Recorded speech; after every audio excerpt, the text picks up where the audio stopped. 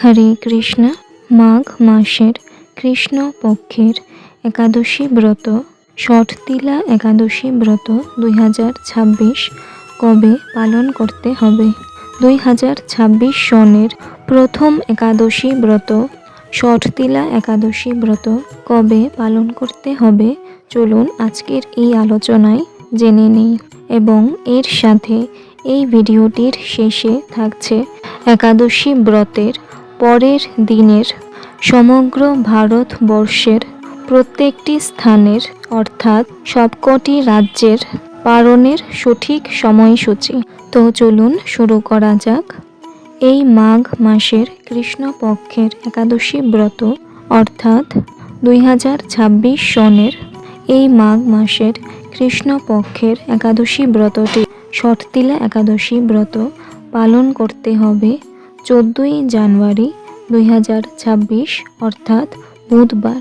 পৃথিবীর কয়েকটি স্থানে শুধুমাত্র এই ব্রতটি অন্য দিন পালন করতে হবে, যেরকম আমেরিকার ক্যালিফোর্নিয়া, সান ফ্রান্সিসকো এবং ওয়াশিংটন ডিসিতে এই ব্রতটি পালন করতে হবে 13ই জানুয়ারি 2026 অর্থাৎ মঙ্গলবার। এবং এর সাথে কানাডার সাসকিয়াচুয়ান, অ্যালবার্টো এবং ব্রিটিশ কলম্বিয়াতেও এই ব্রতটি পালন করা হবে 13ই জানুয়ারি 2026 অর্থাৎ মঙ্গলবার। এবং শুধুমাত্র অস্ট্রেলিয়াতে এই ব্রতটি পালন করা হবে 15ই জানুয়ারি 2026 অর্থাৎ বৃহস্পতিবার। আমরা সকলেই অবগত যে এই ব্রতটির নাম হচ্ছে ষটতিলা একাদশী ব্রত। ষট মানে হচ্ছে 6টি কাজ করা, অর্থাৎ তিল দ্বারা 6টি কাজ করা, যার মাধ্যমে শাস্ত্র অনুযায়ী আমরা আমাদের সমস্ত পাপ থেকে মুক্ত হতে পারি। অর্থাৎ এই একাদশী তিথিতে তিল দ্বারা 6টি কার্য করা হয় বলে এই একাদশী ব্রতটির নাম হচ্ছে ষটতিলা একাদশী ব্রত। তিল দ্বারা এই একাদশী তিথির দিনে 6টি কার্য করার বিধান শাস্ত্রে রয়েছে, তাই এই একাদশী তিথির নাম হচ্ছে ষটতিলা। তো 6টি কার্য হচ্ছে তিল দ্বারা প্রাতঃ স্নান করা, তিল শরীরে ধারণ করা, তিল সহযোগে পিতৃপুরুষদের উদ্দেশ্যে তর্পণ করা, তিল ভগবানের সেবায় ব্যবহার করা, তিল ভোজন করা এবং তিল দান করা। এই 6টি কার্য করার মাধ্যমে মানুষ সমস্ত পাপ থেকে মুক্ত হতে পারে বলে শাস্ত্রে উল্লেখিত রয়েছে। তো এই পবিত্র দিনে এবং এর সাথে এই 2026 সনে এই পবিত্র দিনেই রয়েছে মকর সংক্রান্তি বা তিল সংক্রান্তি বা সাধারণত যাকে বলা হয়ে থাকে পৌষ সংক্রান্তি। সূর্য সিদ্ধান্ত অনুযায়ী এই দিন পৌষ মাস সমাপ্ত হয়ে মাঘ মাস শুরু হয় বলে এর নামকরণ হয়েছে পৌষ সংক্রান্তি। সূর্য সিদ্ধান্ত অনুযায়ী প্রত্যেকটি মাসের শুরু এবং শেষের মধ্যবর্তী অন্তর্বর্তীর সময়কালকে সংক্রান্তি বলা হয়ে থাকে। এবং চন্দ্র সিদ্ধান্ত অনুযায়ী প্রত্যেকটি মাস পূর্ণিমাতে শেষ হয়ে থাকে এবং কৃষ্ণপক্ষের প্রতিপদ থেকে পরবর্তী মাস শুরু হয়। তো চন্দ্র সিদ্ধান্ত এবং শাস্ত্র সিদ্ধান্ত অনুযায়ী এটি হচ্ছে মাঘ মাসের কৃষ্ণপক্ষের একাদশী ব্রত অর্থাৎ ষটতিলা একাদশী ব্রত।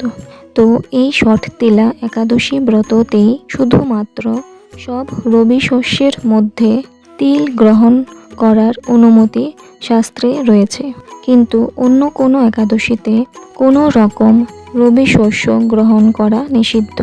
তো সকলেই এই মহাপবিত্র মাঘ মাসের কৃষ্ণপক্ষিয়া একাদশী ব্রত ষটতিলা একাদশী ব্রত সঠিকভাবে পালন করুন এবং প্রত্যেকটি একাদশী ব্রত দিনে নির্দিষ্ট একাদশী ব্রত মাহাত্ম্যটি পাঠ বা শ্রবণ করুন। মনে রাখবেন, প্রত্যেকটি একাদশী তিথিতে নির্দিষ্ট একাদশী ব্রতের মাহাত্ম্য পাঠ বা শ্রবণ করা বাঞ্ছনীয় এবং এর সাথে প্রত্যেকটি একাদশী ব্রতের পর দিন অবশ্যই সঠিক সময় অনুযায়ী পালন করারও বিধান রয়েছে। এখন চলুন আমরা এই একাদশী ব্রতের পর দিন সমগ্র ভারতবর্ষের প্রত্যেকটি রাজ্যের পরের দিনের পালনের সঠিক সময়সূচি জেনে নেই।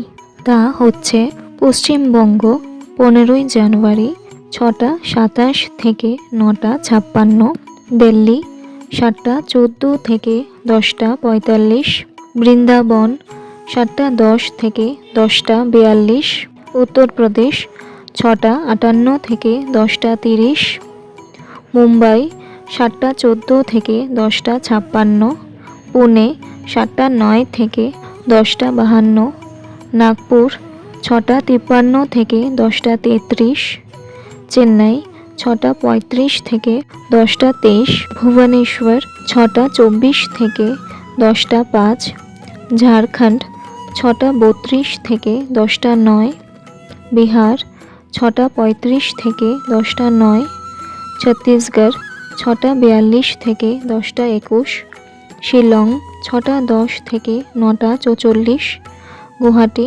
6:12 থেকে 9:45, আগরতলা 6:09 থেকে 9:46, মিজোরাম 6:01 থেকে 9:38, মণিপুর 6টা থেকে 9:35, নাগাল্যান্ড 6টা থেকে 9:34, অরুণাচল প্রদেশ 6:07 থেকে 9:39, সিকিম 6:28 থেকে 9:59, উত্তরাখণ্ড 7:10 থেকে 10:38, হিমাচল প্রদেশ 7:21 থেকে 10:47, পাঞ্জাব 7:26 থেকে 10:54, হরিয়ানা 7:19 থেকে 10:49, রাজস্থান 7:24 থেকে 10:57, গুজরাট 7:26 থেকে 11:03, মধ্যপ্রদেশ 7টা থেকে 10:36,